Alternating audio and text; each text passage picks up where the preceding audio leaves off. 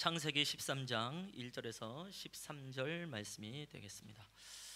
우리 같이 한 목소리로 읽으시면 좋을 것 같습니다. 다 함께 또 성경책이나 앞에 모니터를 통해서 함께 읽겠습니다. 다 함께 읽습니다.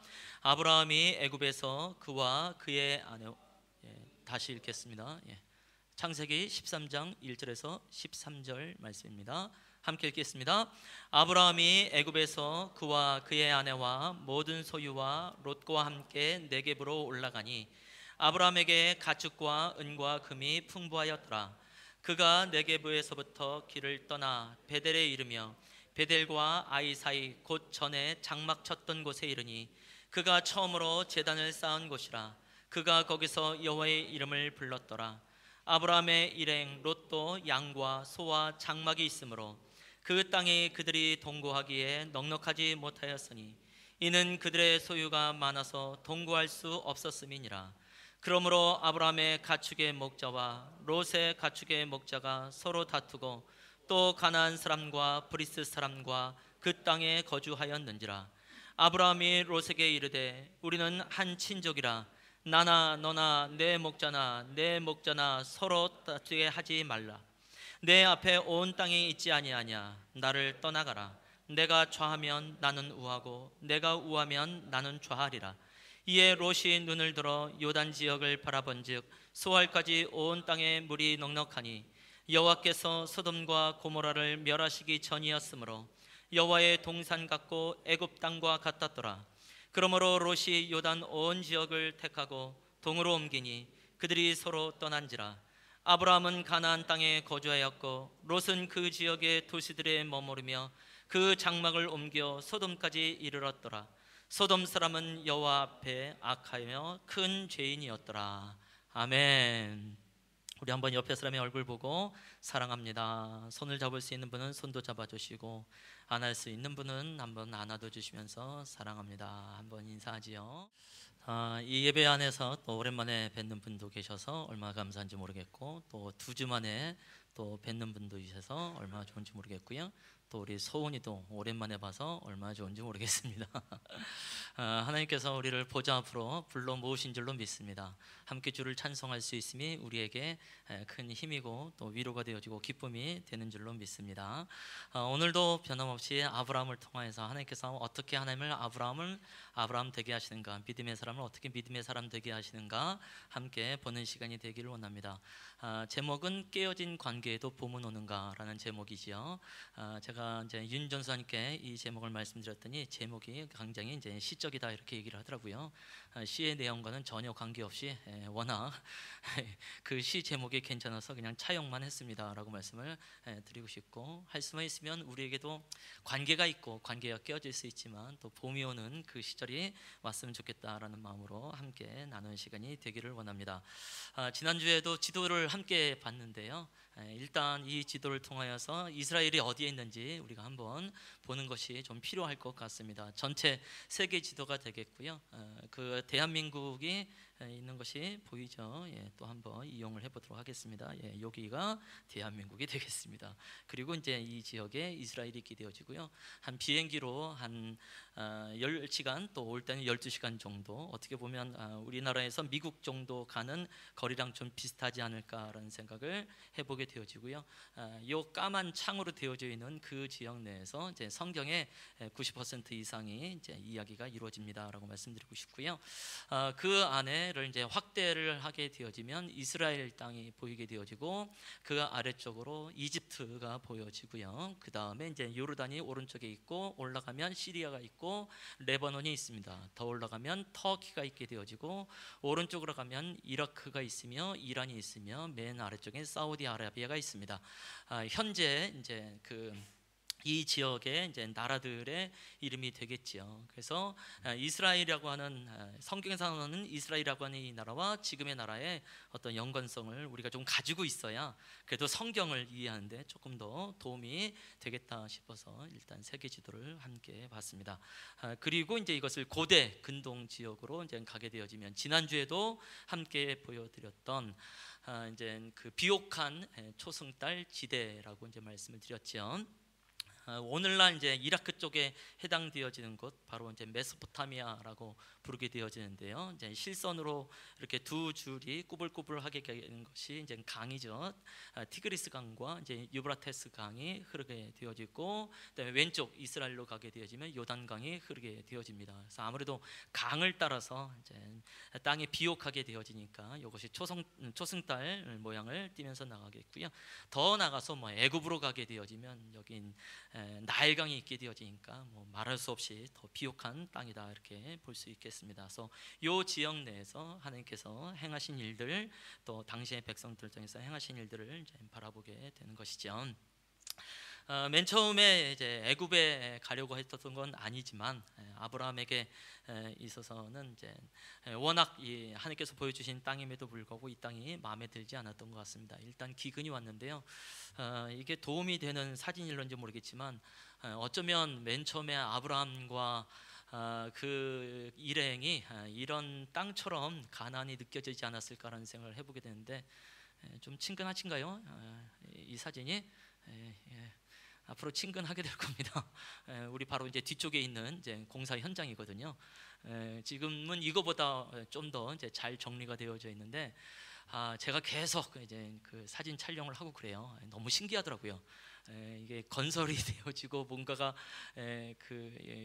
뭐로 철거가 되어지고 이런 상황들이 너무 재밌고, 특히 막 큰 이제 크레인 같은 것들이 막 포크레인 같은 것들이 막 그 건물을 막 부수고 막 이런 것들이 얼마나 재밌던지, 전 그런 거 보면 그냥 한 시간도 그냥 후딱 가는 이제 아주 단순한 사람인데, 그래서 계속 한번 사진을 찍어보면서 아마 아브라함이 가나안 땅에 갔을 때 좀 이런 상황이었지 않았을까라는 생각을 하면서, 야, 나 같았더라도 가나안 땅을 벗어나서 아마 애굽으로 내려가는 생각을 하지 않았을까라는 생각을 이제 해보게 되어져서 함께 이 부분을 나눠 봅니다.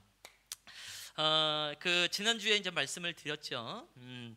성경은 크게 이제 세 부분에 대해서 우리에게 가르치고 있습니다라고 말씀드렸습니다. 첫 번째는 하나님이 누구인지에 대해서 말씀하고 있고, 두 번째는 사람이 누구인지에 대해서 말씀드렸으며, 중요한 건 하나님과 사람의 관계에 관한 책입니다라고 말씀을 드렸습니다. 잘 기억을 하셨으면 좋겠습니다. 그래서 이제 관계에 관한 책 중에 하나님께서 우리 가운데 사람과 관계를 맺을 때 언약이라는 걸 하십니다. 약속이라는 걸 하십니다. 사실 그때 당시에 언약, 약속이라는 것은 계약이란 말이 이게 되어지고, 이것은 서로 책임성을 가지고 이행 의무를 갖습니다라고 말씀을 드렸죠. 근데 사람은 이행할 수 있는 책임감이 없는 것을 이미 우리가 다 알게 되어집니다. 다른 말로 하면 사람은 절대로 신실하지 않습니다. 하나님도 그것을 이미 알고 있는 상황 속에서 그들과 언약을 체결하는 것을 발견하게 됩니다. 그 얘기는 뭐냐면, 하나님이 내가 반드시 이 언약, 이 약속을 지키겠다라고 하는 의지가 담겨 있습니다라고 말씀을 드릴 수밖에 없는 것이겠지요. 다시 말해서 사람은 신실하지 못하지만 하나님은 신실하신 분이십니다. 그래서 언약에 신실하신 하나님께서 반드시 그 언약을, 그 약속을 이루어 가십니다라고 말씀을 드리는 것이죠. 그래서 지난주에 이제 설교의 제목은 뭐죠? 신실한 주님의 약속. 그 박자를 틀려서 그런지 몰라도 좀 안 나오네요. 신실한 주님의 약속. 그 찬양의 가사가 유독 더 마음에 들기도 하더라고요. 어떻게 보면 이제 하나님의 이 언약, 구약서부터 신약에 이르기까지 하나님의 언약에 대한 메시지를 충분히 이해를 하고 그 찬양을 만든 것이 아닌가라는 생각을 가질 정도로 그 찬양이 유독 좀 새롭게 와닿게 되어졌고요. 이렇게 말씀을 드리는 다음 주에는 그 찬양을 또 한번 불러보자. 그리고 그 말씀, 이 말씀에 의지해서 그 찬양을 하면서 주께서 주시는 은혜를 누려보자라는 의도로 말씀을 드리게 되겠죠.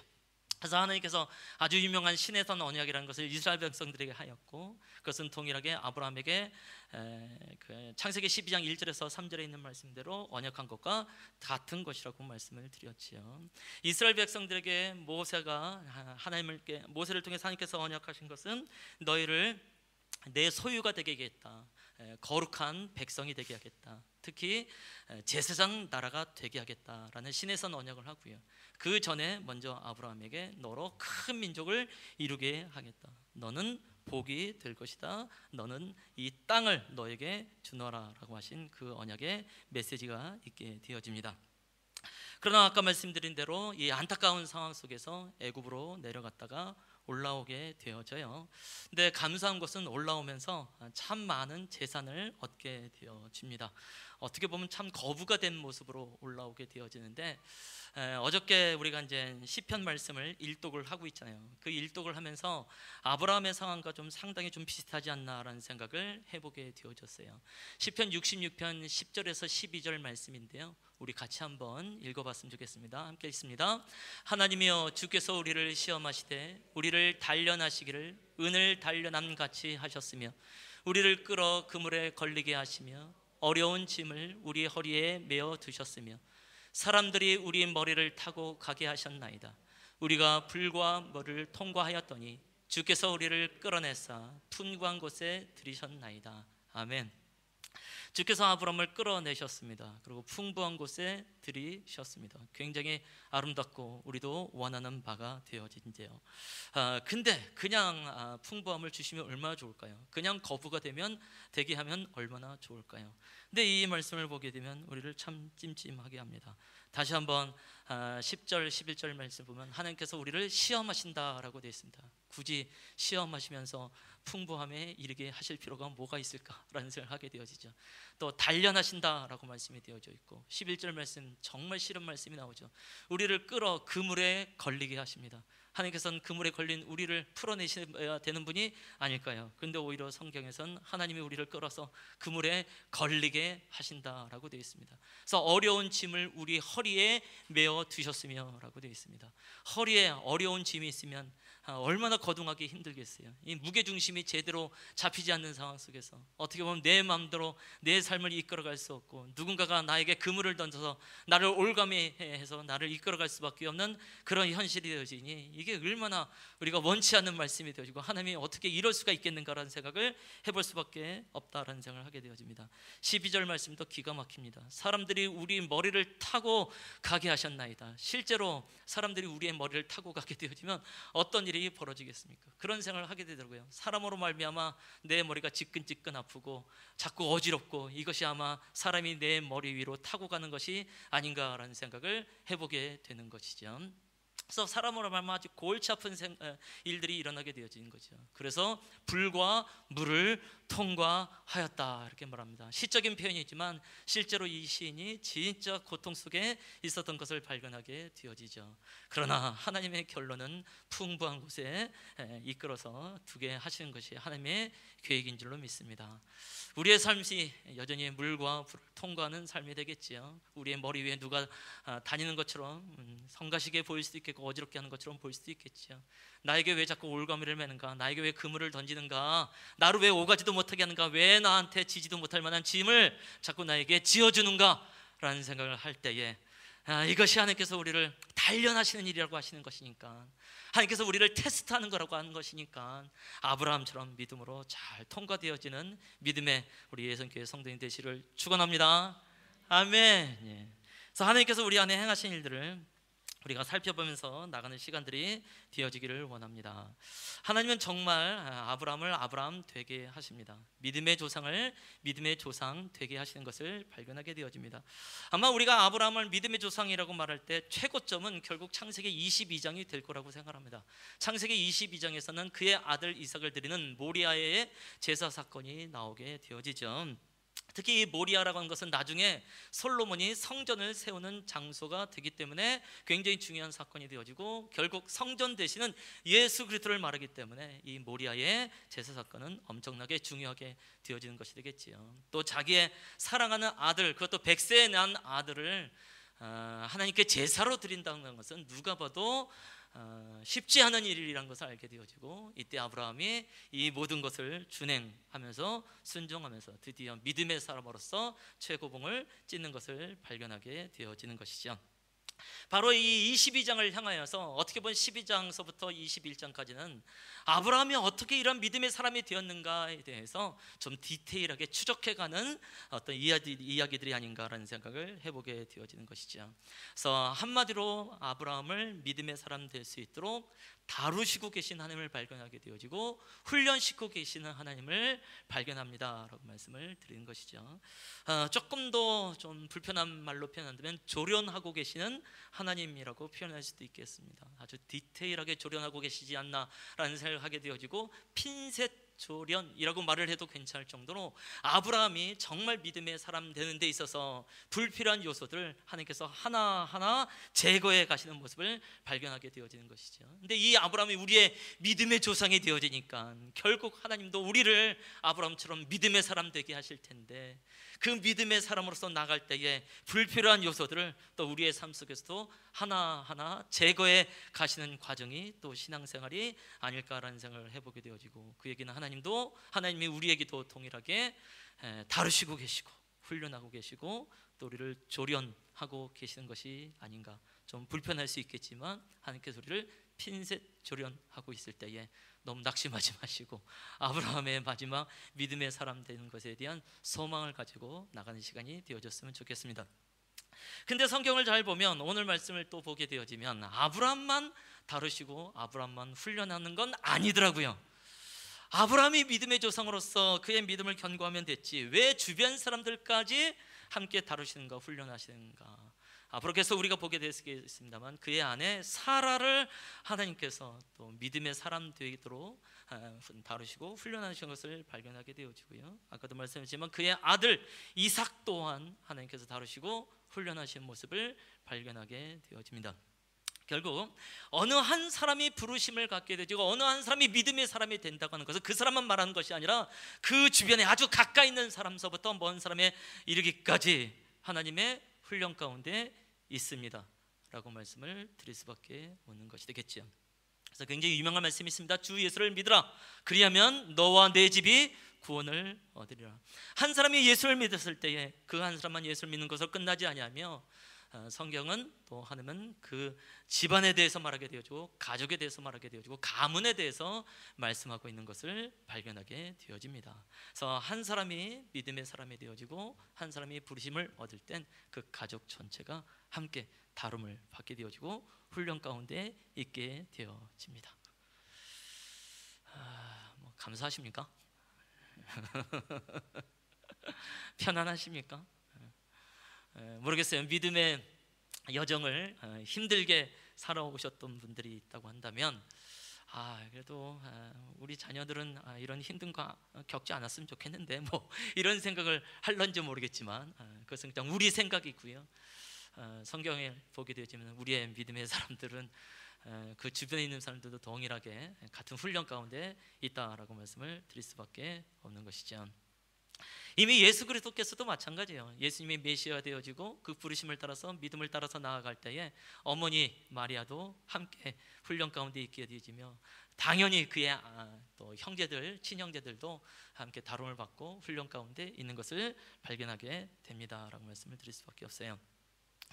특히 이것은 사역자들에게 훨씬 더 많이 나타나는 것 같습니다. 목회자들에게 또 선교사들에게 더 많이 나타나는 것이 아닌가라는 생각을 해보게 되어지죠. 그래서 그런 용어를 많이 들었을 거라고 생각해요. PK, MK 뭐 이런 말을 많이 들었을 거예요. PK라고 하는 것은 이제 Pastor's Kids가 되겠습니다. 그러니까 목사님들의 자녀, 목회자의 자녀를 이제 영어로 PK 줄여서 그렇게 말을 하고요. MK라고 말할 때는 이제 Missionaries Kids가 되겠습니다. 그래서 선교사들 자녀를 말할 때 아주 간단하게 MK라고 말을 하죠. 이게 이제 교회 용어거든요. 그래서 이런 용어는 우리가 한번 좀 알아보면 우리에게 좀 도움이 될 것 같다라는 생각을 해보게 됩니다. 보통 이제 이 MK와 PK들이 이렇게 삶이 그렇게 편하지 않다고 이야기를 합니다. 요즘은 조금 덜한 것 같아요. 근데 적어도 한 20년 전까지만 해도 PK다 MK다가 말하면 사람들이 약간 좀 불쌍히 여기는 부분도 없잖아 있었던 것을 발견하게 되어지고, 특히 뭐 선교사 자녀들의 경우는 이제 그 선교지에서 그 모든 안 맞는 문화와 그 어울릴 수 없는 그 친구들 그 관계 안에서 너무 큰 고통을 당하게 되어지고, 그래서 많은 경우는 이제 우울증에 빠지게 되어지고 극단적인 선택들을 또 하는 모습들도 이제 많이 보게 된단 말이죠. 그래서 이제 한동안 그런 얘기를 많이 들었어요. 아니, 선교사는 그렇다 치자, 선교사는 하나님께서 부르셔서 그 부르심대로 선교를 가는 거고, 그래 그의 아내도 이미 남편이 선교사니까 알고 함께 그 자리를 따라갔다 치자, 그래서 그들은 고난을 받고 고생한다 치자. 근데 애들은 무슨 죄가 있어서, 이런 말을 진짜 들어봤어요. 애들은 무슨 죄가 있어서 거기서 그런 고생을 하느냐. 때로는 그런 말을요, 그 선교사 부모님들이 할 때가 있고 그 주변에 동일한 크리스찬들이 할 때가 많이 있고, 저도 맨 처음에 들을 땐 좀 혼돈스럽더라고요. 그래, 하나님께서 부르신 것은 부모님을 부른 거지 자녀들을 부르신 것이 아니지 않냐라는 생각을 하다가, 이게 얼마나 고약한 생각이고 얼마나 못된 표현인지에 대해서 깨닫게 되어집니다. 왜냐하면 하나님께서 아브라함을 부르실 때 아브라함만 부른 것이 절대로 아니라 그의 아내 사라도 불렀고 그의 이삭도 함께 불렀고 지금 이 롯도 함께 불렀던 것을 발견하기 때문에 그렇습니다. 누군가가 혹시 그런 얘기를 하면요, 믿음으로 막아서십시다.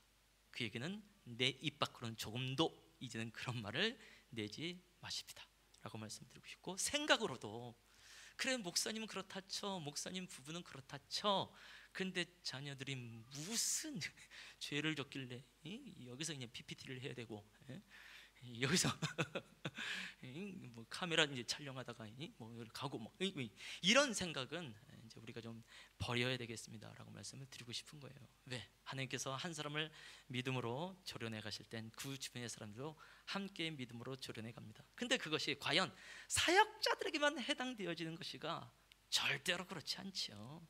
지금 이 아브라함은 전 모든 사람들의 믿음의 조상이 되어지니, 지금 신앙생활하고 있는 부모 세대에 계신 분들이요, 나를 주께서 다루신 것처럼 나의 자녀들도 동일하게 다루시고 동일하게 조련하시고 동일하게 훈련하는 사실을 좀 인정하시면 좋겠습니다 라고 말씀드리고 싶고, 인정하기 시작하고 그것을 받아들이기 시작하고 더 나아가서 감사하기 시작을 하면요, 아마 우리가 생각하지도 못했던 더 큰 풍부함이 좀 나타나지 않을까라는 생각을 하게 되어지고요. 천기누설과 같은 것인데요, 실제로 성경에서 아브라함의 아들 이삭은 엄청난 거부가 되어집니다. 어떻게 보면 아브라함보다 더 많은, 더 인정을 받을 만한 상황이 될 정도로 아예 성경에서는 마침내 거부가 되었다라고 표현을 하고 있으니까요. 물론 내가 믿음의 삶을 다 산다고 우리의 자녀들이 거부가 되는 건 아닙니다. 아멘. 그런 생각 전 조금도 갖지 않고, 또 하나님께서 또 그의 삶을 또 다루시면서 또 하나님의 뜻대로 인도해 가심이 있더라고 믿는 것이죠. 자, 그러면서 이제 그 아브라함의 아내, 아브라함의 아들뿐만 아니라 오늘은 롯을 하나님께서 다루시고 롯을 인도해 가는 것을 발견하게 됩니다. 근데 안타깝게도 롯은 우리한테 별로 그렇게 긍정적인 사람이 아니다라는 것을 알게 되어지는데요. 일단 롯이 어떤 사람인가를 볼 땐 창세기 13장 이제 10절 말씀이 좀 잘 말해주지 않나라는 생각을 하게 됩니다. 롯이 눈을 들어 요단 지역을 바라본즉이라고 되어 있습니다. 주어가 굉장히 중요한 것 같아요. 롯입니다. 롯이 눈을 들었습니다. 그리고 바라보았습니다. 아브라함의 그 재산이 워낙 많아졌고 또 롯의 재산도 워낙 많아졌고, 그러다 보니까 이게 같은 장소에서 같이 살 수 있을 만한 상황이 안 되어졌고, 특히 아브라함의 목자들과 또 롯의 목자들이 함께 다투는 일이 벌어지게 되어졌습니다. 특히 그 지역은 이미 주인이 살고 있는 땅이었기 때문에 이들이 살기에 충분한 공간이 아니었습니다. 그야말로 절대 공간이 부족한 상태가 되어지게 되어졌죠. 그래서 이제 다툼이 일어나게 되어졌습니다. 그래서 아브라함이 이 롯에게 선택을 하게 하죠. 네가 좌하면 내가 우하고 네가 우하면 내가 좌하리라. 그래서 롯이 선택을 하는데요, 선택을 할 때에 롯의 행동을 동사로서 우리가 알게 되어지는 것이거든요. 롯이 눈을 들어 요단 지역을 바라본즉이라고 되어 있습니다. 결국 롯의 선택을 통해서 알 수 있는 건 뭐냐면 롯은 철저하게 자기 중심적인 사람이었다라는 것을 알게 되어지고, 우리가 이 모든 결과를 알기 때문에 롯은 참으로 근시안적인 사람이었었다라는 것을 알게 되어지는 것이죠. 자신의 경험과 지식에 의하여서 선택을 늘 했던 사람인 것을 발견하게 되어집니다. 멀리 봤어요. 물이 넉넉하니까 또 기근과 함께 싸우기에 충분한 곳이라고 생각해서 그것을 가기로 결정을 했습니다. 중요한 건 뭐냐면 여호와의 동산처럼 느껴졌다는 것입니다. 또 애굽 땅처럼 보였다는 것이 중요한 관점이 되었던 것 같아요. 사실 에덴을 롯은 본 적이 없습니다. 아브라함도 본 적이 없고, 근데 이 얘기를 들어서 에덴이라는 곳이 있다고 한다면 내가 꼭 머물고 싶다라고 생각을 했겠죠. 특히 애굽이라고 하는 땅, 굉장히 좀 곤란한 상황 속에서 탈출하다시피 나오긴 했지만 애굽이 굉장히 풍부한 땅인 줄 알아서 아마 애굽이라고 하는 것이 좀 에덴과 비슷하지 않을까라는 생각을 해보게 되는 것이죠. 그래서 과감하게 소돔 땅을 향하여서 가는 롯을 발견하게 되어지죠. 근데 이 소돔 땅을 향하여서 가는 이 롯을 향하여서 성경은 뭐라고 말하냐면 소돔과 고모라를 멸하시기 전이었는고로라고 말씀을 하고 있지요. 그리고 결국 13절에 가서는 소돔 사람은 여호와 앞에서 악하며 큰 죄인이었더라라고 말씀을 하고 있습니다. 그래서 이 롯의 삶이라고 하는 것은 철저하게 자기 중심적인 삶을 살게 되어졌고, 그다음에 근시안적인 삶을 사게 되어지면서 어떻게 보면 문제의 한가운데 늘 빠져 있는 사람이 되어졌습니다. 근데 롯이 여기서부터 그런 것은 아닙니다. 롯은 늘 그랬던 것 같아요. 창세기 12장 4절 말씀을 한번 읽어보려고 하는데요, 같이 읽어보겠습니다. 시작.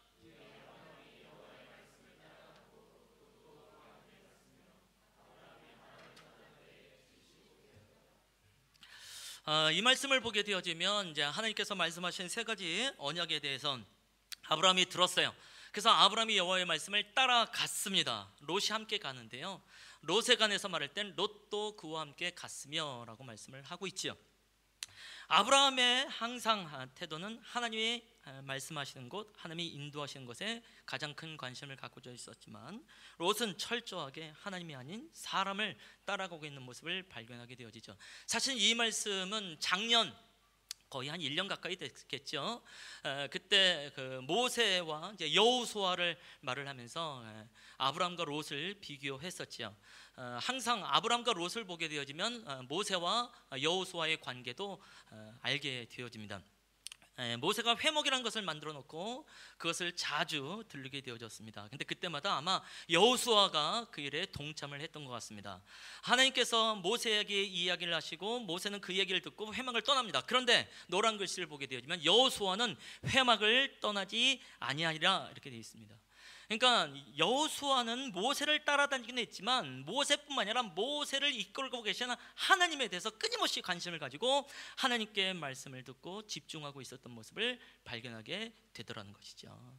그러니까 이 롯과 여호수아의 가장 큰 차이점이 무엇일까라는 것을 알게 되어지는 것이고, 결국 하나님께서 이 롯을 어떻게 다루고 있는가를 발견하게 되어지는 것이죠. 자, 그러면 과연 하나님이 이것을 통해서 롯만 다루고 있는 것인가? 그렇지 않죠. 사실은 중요한 것은 아브라함입니다. 이 롯의 사건을 통해서 하나님께서는 아브라함을 어떻게 훈련시키시며 어떻게 다루시는가라는 것을 발견하게 되어지는데요, 한번 14절 말씀도 굉장히 중요한 말씀인 것 같아요. 이 말씀도 같이 읽어보겠습니다. 시작.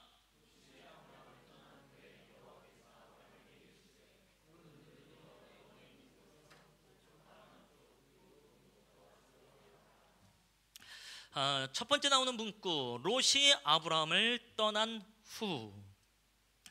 하나님께서 이제 말씀하시는 것이 아주 놀라운 시청각 자료를 통하여서 하나님의 약속을 다시 한번 하시는 거거든요. 근데 그렇게 말씀하시기 전에 하시는 것이 무엇이냐면 롯이 아브라함을 떠난 후. 이것이 아브라함의 삶에 있어서는 굉장히 중요한 것입니다라고 말씀을 하는 것이겠고, 그야말로 핀셋 조련의 첫 번째가 아닌가라는 생각을 해보게 되는 것이죠. 어떤 느낌을 갖게 되어지면 롯이 아브라함을 떠나기를 기다리고 계신 하나님 같은 느낌. 내가 아브라함한테 진짜 제대로 된 복을 줘야 되는데 롯이 있네. 롯이 언제쯤 떠나지? 롯이 떠나면 내가 좀 복을 주려고 하는 건데 라는 느낌이 좀 이 안에 담겨져 있습니다. 마치 우리가 한동안 계속 봤었던 예수님께서 이 땅에서 당신의 공생애를 하면서 하나님의 나라를 선포할 때에 먼저 요한이 잡힌 후, 이게 굉장히 중요하다고 말씀을 드렸었죠. 기억을 하실런지 모르겠습니다만, 마가복음 1장 14절 말씀 보면 요한이 잡힌 후에 예수님께서 갈릴리로 다니면서 하나님의 복음을 전파하시면서 선포하는 거죠. 때가 찼고 하나님의 나라가 가까웠으니 회개하고 복음을 하더라 라는 말씀이 있어요. 굉장히 유명한 말씀 아닙니까? 그때도 마치 어떤 느낌이 들냐면 하나님이 요한이 잡힐 때까지 마치 기다리고 있다는 느낌이 들게 되어집니다. 요한이 잡혀야만이 그 다음서부터 예수님께서 당신의 공생애를 구체적으로 하게 되어지기 때문에 그런 것이겠죠. 그래서 지금도 마찬가지 상황이 되어집니다. 아브라함이 아브라함 되려면 그 전에 해야 될 일인데, 그것은 롯이 아브라함을 떠나는 것이다 라는 것을 알게 되어지죠. 즉 아브라함에게도 있었던 자기중심적인 또 근시안적인 태도를 끄집어내는 하나님의 어떤 도구, 방법이 아닌가라는 생각을 하게 되어집니다. 롯이 그렇게 자기중심적이고 근시안적인 태도를 갖게 된 것은 사실 누구한테 배웠을까요? 그건 아브라함한테 배웠겠지요. 너무나 자연스럽게 가나안 땅에서 애굽 땅으로 내려갔던 아브라함을 보면서 롯도 그래도 되겠구나라는 생각을 해보게 된 것 아니겠어요? 물론 어려운 상황 속에서 탈출하다시피 가나안 땅으로 다시 돌아서 더 이상 아브라함은 애굽으로 내려가지 않습니다. 그 땅을 벗어나지 않습니다. 그러나 그 과정을 전혀 이해하지 못하고 있었던 롯은 그 옛날 아브라함의 모습을 그대로 답습하는 것을 발견하게 되어지고요. 결국 아브라함이 떠나는 롯을 보면서 저 모습이 얼마 전까지 나의 모습이었는데 라는 생각을 하게 될 것 아니겠습니까? 저거 생각보다 괴로운 일인데 나랑 함께 동고동락하면서 어려움을 당했는데 어떻게 또 저기를 가려고 하는가. 물론 하나님처럼 아브라함이 그 소돔이 하나님 앞에 악하고 큰 죄인이다, 뭐 이런 정보가 있었는지 없었는지 어쩌면 없었을 가능성이 크다고 보여집니다. 근데 그 결론을 보기보다도 그 과정 가운데에 그 롯의 선택하는 모습을 보면서 아브라함이 여러모로 좀 찜찜하지 않았을까라는 생각을 해보게 되는 것이죠. 근데 이 아브라함에게 있어서 이제 롯이 이제 나가는 이 상황은 그 전에도 이미 있었어요. 사실은 아브라함에게 있어서 그의 아버지 데라라고 하는 사람이 먼저 하란이라는 땅에서 죽게 되어집니다. 맨 처음에 하나님께서 아브라함을 부르셨을 때는 하란이라는 땅에서 부르시기 전에 이제 메소포타미아 지역, 다시 말해서 이제 그 바벨탑을 쌓았던 이제 그곳에서부터 갈대 우르라는 지역에서부터 부르시지요. 근데 부르실 때 분명히 너의 아비 집을 떠나라고 말씀하지만 아브라함은 그의 아버지 데라와 함께 출발합니다. 그래서 성경을 잘 보면 아브라함이 그 여행길에 주도권을 갖고 있다기보다는 오히려 데라가 그 여행길에 주도한 주권을 갖고 있다는 생각을 정말 많이 하게 되어지죠. 근데 놀라운 것은 하란에서 하나님께서 다시 한번 말씀하십니다. 다시 한번 말씀하실 때는 그것이 데라가 죽고 난 다음이죠. 그래서 롯이 떠난 후에 아브라함을 다시 부르시듯이 먼저 데라가 죽고 난 후에 하나님께서 그 약속, 그 부르심을 새롭게 하는 경우를 보게 되어지죠. 그것은 아브라함만 그런 건 아닌 것 같아요. 제 주변에 있는 사람들을 만나봐도 누군가가 떠날 때에 하나님의 새로운 메시지가 그 안에 있는 것을 발견하게 되어집니다. 뭐 저에게 뭐 아주 친한 이제 두 목사님이 계시는데요. 그 두 목사님도 마찬가지였던 것 같아요. 계속 이제 뭐 신학을 할 것인가 말 것인가 뭐 이런 기로에 있는 분, 아니면 교회를 개척할 것인가 말 것인가 이런 기로에 있는 분들에게 이상하게도 이제 아버님이 먼저 세상을 이렇게 떠나는 경우들을 이제 보게 되어졌죠. 그러니까 저도 자연스럽게 그때 당시에 이제 아브라함에 관한 얘기를 하면서 데라가 죽고 나서 아브라함이 구체적으로 개척의 삶을 따라가게 되어집니다. 그래서 아마 지금이 개척할 시기가 아니겠습니까? 라고 제 이제 선배 되신 분한테 이야기했던 것이 기억이 나고, 그 선배는 그것을 마치 하나님의 말씀으로 받으려서 실제로 개척을 하시고 지금도 목회를 열심히 잘하고 계신 것을 발견하게 되어지고, 또 얼마 후에 또 1년 후배 되어지는 한 형제도 뭐 신학생은 아니었지만 그의 아버님이 좀 일찍 돌아가셨어요. 또 동일하게 이 말씀이 좀 떠올라서 데라를 보면서 또 하나님께서 너의 삶을 좀 인도하시는 것이 아니겠냐라고 이야기를 하게 되어지고, 또 구체적으로 이제 신학을 하게 되어지며 지금은 또 미국 땅에서 열심히 목회를 하고 있는 것을 발견하게 되어지죠. 어떻게 보면 저도 좀 크게 다르지 않다라는 생각을 해보게 됩니다. 이미 제가 이제 저희 형이 제가 대학생 때 군대에서 훈련을 받다가 순직했습니다라고 말씀드렸잖아요. 형은 이제 그 신학대학교에서 기독교 교육을 전공을 했습니다. 보통 이제 기독교 교육을 전공하는 사람들은 이제 대학원을 신학으로 가게 되어지면서 또 목회의 길을 걷는 경우들이 많이 있죠. 그래서 누구든지 형이 목회의 길을 가겠구나라는 생각을 하게 되었는데, 뭐 너무 일찍 세상을 이제 떠나게 되어지는 거니까 얼마나 좀 마음이 어렵겠어요. 그렇지만 제 안에서는 이상한 이제 부담감이 있는 거죠. 그때 누군가가 나한테 너는 신학을 해라, 넌 목회자가 되라라고 말씀한 건 아니지만, 시간이 지나면서 이게 내가 신학해야 되는 거 아닐까? 내가 목회를 해야 되는 것이 아닐까라는 생각을 하게 되었는데, 그것이 결정적인 것, 쭉 돌아보게 되어지면 결국 형이 나를 떠난 것이 하나의 결정적인 사건이 아닌가라는 생각을 해보게 되어집니다. 그래서 누군가가 나를 떠난다고 하는 것이 굉장히 슬픈 일이긴 합니다만, 꼭 슬픔으로만 끝날 건 아닌 것 같아요. 이 섭리 가운데 하나님의 하시는 일은 무엇인가? 그래서 나로 정말 믿음의 사람 되게 하도록 또 인도하심이 있는 것은 아닌가라는 생각을 해볼 수밖에 없는 것이죠. 사실은 뭐 우리 안에 이제 여러 가지 관계에 있어서 단절되어짐에, 또 관계에 있어서의 깨어짐에 또 경험도 우리가 누구든지 다 있죠. 그것이 사별이 됐든지 이별이 됐든지 어떤 사고가 됐든지 우리에게 이제 이별이라는 건 관계의 단절이라는 것을 알게 되어지죠. 그리고 한편으로는 이 깨어진 관계, 빼앗긴 관계에 과연 봄이 오는가 뭐 이런 생각을 또 하게 되어지는데, 이 아브람과 롯의 관계를 통하여서 하나님께서 우리에게 주신 좀 위로가 있으면 좋겠다라고 말씀을 드리고 싶어요. 사실 이제 관계에 관한 이야기를 하면서 관계에 있어서 아주 중요한, 어떻게 보면 우리에게 있어서 이제 상식이라고 말할 수 있는 부분을 좀 나누면 좋겠다라는 생각을 하게 되어졌어요. 관계에 있어서 4가지 요소가 있게 되어집니다. 하나는 사랑이고요, 하나는 신뢰이고, 세 번째는 존경이고, 맨 마지막은 이해가 되어집니다. 뭐 다른 걸로도 설명할 수도 있겠지만 이 4가지를 가지고 관계를 설명하는데 훨씬 더 객관적으로 볼 수 있는 부분인 것 같아요. 근데 이 각각의 요소들은 특징이 있습니다. 첫 번째, 사랑이란 것은 가장 오래 지속된다고 합니다. 이해라는 것 반대로, 이해는 가장 오래 걸리는 것이라고 말합니다. 시간적인 어떤 그 대비가 되어져 있는데요, 좀 차이가 있는 거죠. 이해라는 것은 누군가를 이해를 하려면 정말 오랜 시간이 걸린다는 겁니다. 근데 사랑이라는 것은 한번 딱 사랑하게 되어지면 그 사랑의 효과가 굉장히 오랫동안 갑니다. 이런 차이가 있음을 기억하면서 보시면 되겠죠. 그래서 어떻게 보면 사랑에 있어서 대표적인 그 예가 있다고 한다면 당연히 뭐 부모님의 사랑이라고 말할 수 있겠고, 그 중에서도 어머니의 사랑, 엄마의 사랑이 아닐까라는 생각을 해보게 되어지고, 진짜 아빠의 사랑보단 엄마의 사랑이 훨씬 더 끈질기게 맞습니다. 아멘. 아빠의 사랑은 금방 한계가 드러나더라고요. 그러니까 뭐 자식을 뭐 시키고 먹이고 뭐 이러다 보면 금방 알잖아요.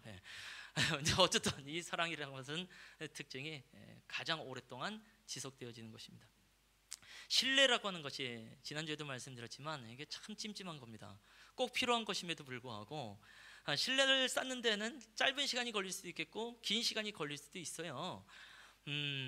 그런데 이 신뢰의 특징은 가장 깨어지기 쉬운 것입니다. 난 정말 저 사람을 신뢰했다고 생각하는데 어느 한 사건으로 그냥 산상조각 나아지는 것이 바로 신뢰입니다 라고 말씀을 드릴 수밖에 없는 거죠.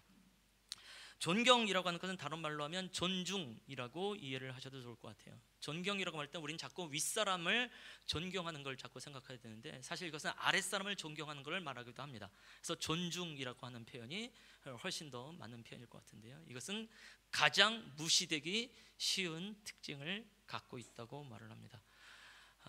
자녀를 키우고 있는 부모라고 한다면 이게 무슨 말인지 금방 이해가 될 겁니다. 특히 자녀가 어릴수록 우리는 아주 쉽게 자녀들을 무시해 버립니다. 아멘. 저를 보면서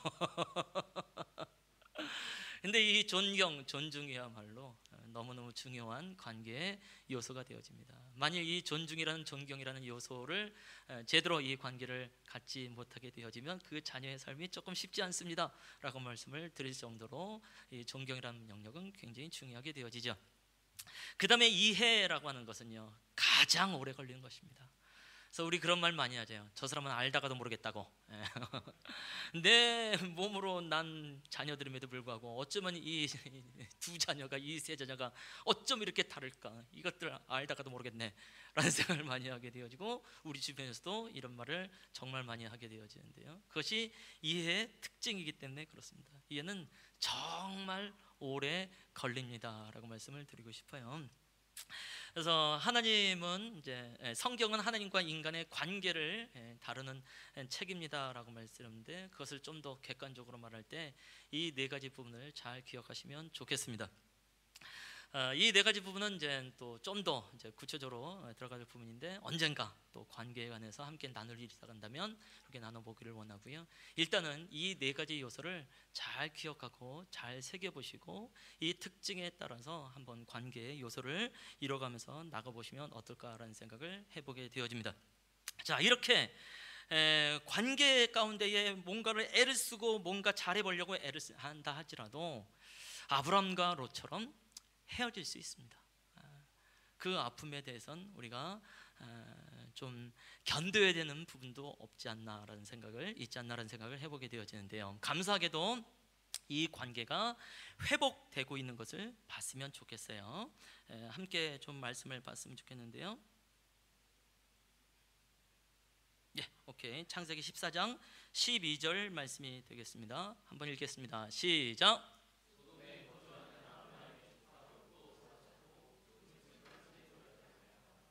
14장 말씀 보면 소돔을 중심으로 이제 큰 연합군들의 전쟁이 일어나게 되어집니다. 소돔성이 속해 있는 이제 그 연합군에 이제 5나라 왕이 연합을 했고요. 또 4나라가 이제 북쪽에서 연합을 하면서 이제 전쟁이 일어나게 되어집니다. 근데 희한하게도 5나라의 연합군이 4나라의 연합군에 의해서 패배를 당하게 되어지고, 그때 소돔성도 결국은 패배하게 되어지고, 소돔성에 있었던 롯도 결국은 사로잡히게 되어집니다. 포로로 끌려가게 되어집니다. 그래서 재물까지 노력하여 갔더라라고 되어 있죠. 정말 롯이 생각했었던 그 풍부함이라는 것은 롯에게 나타나지 않냐고 오히려 노략질 당하는 상황 가운데 있게 되어지죠. 이때에 이 소식을 아브라함이 들어요. 아브라함이 이 소식을 듣고 나서요, 자신이 집에서 길륜 318인을 데리고 갑니다. 물론 이제 그 두 나라의 두 민족의 동맹군이 함께 있었던 것 같아요, 성경을 잘 보게 되어지면. 그런데 성경에서는 유독 318명이라는 숫자를 말하게 되어질 때 아브라함이 이 318을 통해서 롯을 구하러 나갔던 것을 발견하게 되어지고요, 아브라함은 조금도 지체하지 아니하고 자기의 조카 롯이 잡혔다는 얘기를 듣고 곧바로 출전하는 모습을 발견하게 되어집니다. 결국 이 모든 전쟁에서 승리하게 되어지죠. 그래서 14장 16절 함께 읽겠습니다. 시작. 모든 빼앗겼던 재물과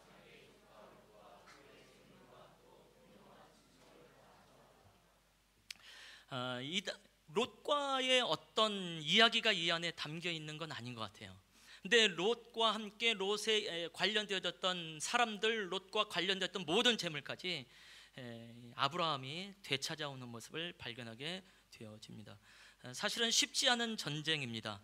4나라가 동맹국이 되어져서 있는 아주 견고한 왕들인데요, 더나 5나라 왕을 무찌를 정도로 견고한 왕들인데, 아브라함이 318명이라는 인원을 가지고 이 전쟁을 치르러 갔다 가는 것은 아브라함이 얼마나 롯을 사랑했는가를 알게 되어지죠. 어떻게 보면 아브라함은 롯을 자기의 양자로 삼으려고 하지 않았을까라는 생각을 해보게 됩니다. 나중에 엘리에셀이라는 사람을 자기의 상속자라고 하나님께 주장하는 모습을 볼 때에 정 자기한테 아들이 없으면, 정 자기한테 자녀가 없게 되면 이 롯이라도 양자를 삼아서 하나님의 약속을 이루고자 하는 마음이 있었던 것 같아요. 그러니까 이런 간절한 마음을 가지고 사로잡혀 있는 롯을 쫓아가서 데리고 오게 되어지죠. 그래서 관계에, 깨어진 관계의 회복이 일어나게 되어지고 빼앗긴 관계에 봄이 오는 것을 발견하게 됩니다. 그래서 주님 앞에서 좀 소망을 가지십시다. 물론 나의 약간의 노력이 필요하긴 하겠지요. 그렇지만 하나님께서 이끄시는 이 관계의 회복됨으로 주 앞에 좀 섰으면 좋겠습니다라는 말씀을 드리고 싶고, 계속해서 하나님께서 아브라함을 통해서 어떻게 인도하시는지 우리가 좀 봤으면 좋겠습니다. 찬양을 좀 같이 한번 해보려고 하는데요.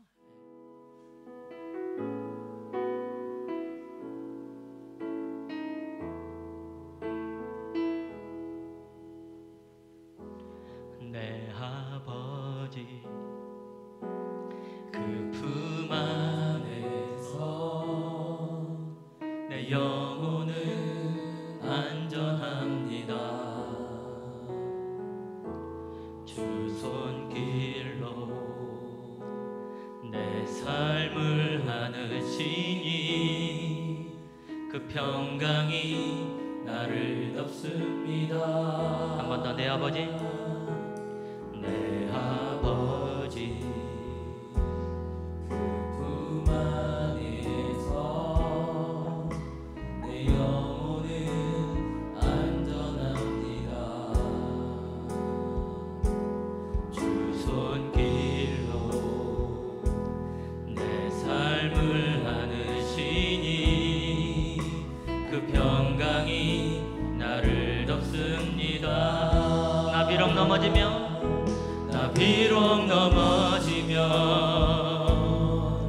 흔들리지만 주 내 안에 거하며 나를 붙드시니 내 생각을 주께로 돌리고 주시는 평강의 옷을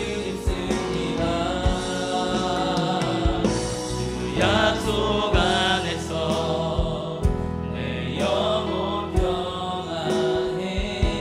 내 뜻보다 크신 주님에게 나 신뢰해.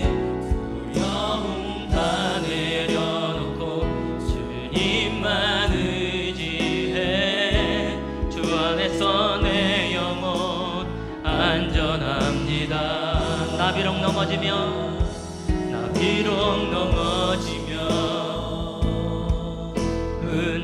흔들리지만 주 내 안에 거하며 나를 붙드시니 내 생각을 주께로 돌리고 주시는 평강의 옷을 입습니다.